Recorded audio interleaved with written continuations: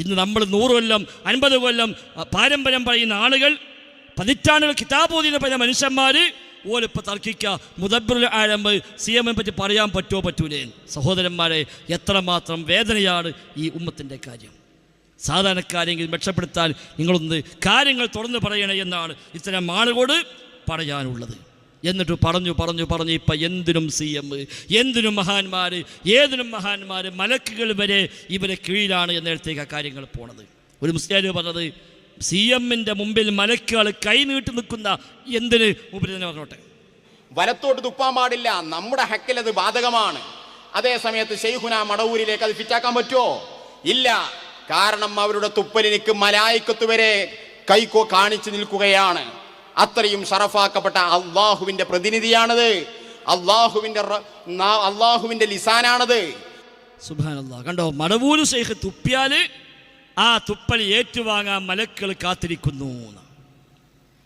അള്ളാഹുവിന്റെ പ്രതിനിധിയാണ്, അള്ളാഹിന്റെ ലിസാനാണ്, അള്ളാഹിന്റെ നാവാണ് മടവൂര്. അത് ഞങ്ങൾക്ക് മനസ്സിലായിട്ടില്ല. അള്ളാഹുവിന്റെ നാവാണ് അത്രയും മടവൂര്. അള്ളാഹുവിന്റെ കൈ ഹദീസും ഖുർആനും പറഞ്ഞ കാര്യം. അത് ആ ഹദീസുമായിട്ട് മുദ്രിച്ചതിലാണ് ഒരുപാട് പരിഹസിച്ചത്. ഇപ്പൊ പറയാം അള്ളാഹുവിന്റെ ലിസാനാണ്, നാവ് എന്ന് പറയാൻ കൊണ്ടുവന്നു, പിന്നെ പിൻവലിച്ചു, ലിസാന അറബിയിലാക്കി. സഹോദരങ്ങളെ, ഇതൊക്കെ അങ്ങേയറ്റം പിടുത്തം വിട്ടു പോകുന്നുണ്ട്. ഷിയാക്കളെപ്പോലും വെല്ലുന്ന അവസ്ഥയിലേക്കാണ് കാര്യങ്ങൾ എത്തുന്നത്. മാത്രമല്ല, CM മരിച്ച് മയ്യത്ത് കുളിപ്പിക്കുമ്പോൾ CM എങ്ങനെ നോക്കില്ല, കുളിപ്പിക്കുന്ന ആളെങ്ങനെയുണ്ട് എന്നിട്ടും കൊണ്ടുപോയി മറയുന്നല്ലോ.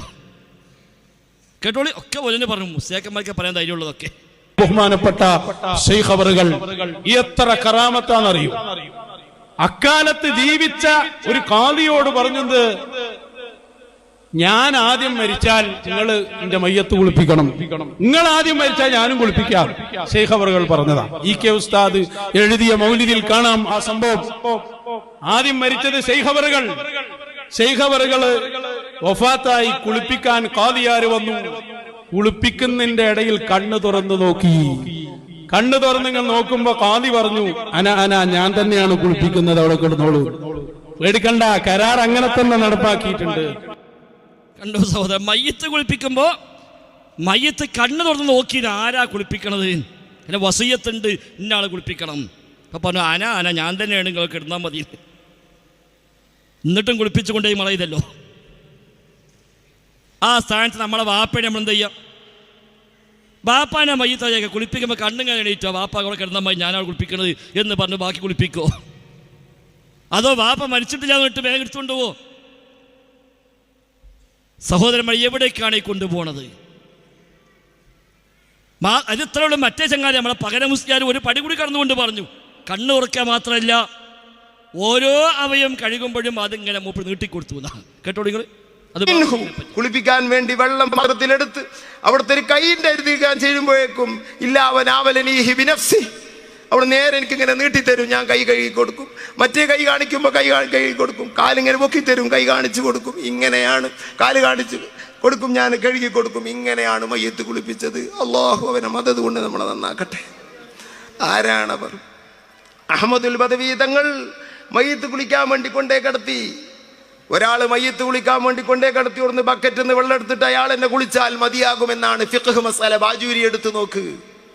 അത് പറഞ്ഞിട്ട് ഇമാം ബാജൂരി പറയുന്നു, ഇമാം അഹമ്മദുൽ ബദവി അങ്ങനത്തെ മഹാനാണ്, മയ്യത്ത് കുളി സ്വന്തം കുളിച്ച മഹാന അഹമ്മദ് ബദവി. താഴെ പറയുന്നത് കാണാം, ബാജൂരി എടുത്ത് നോക്കി, ഇത് കാണാം.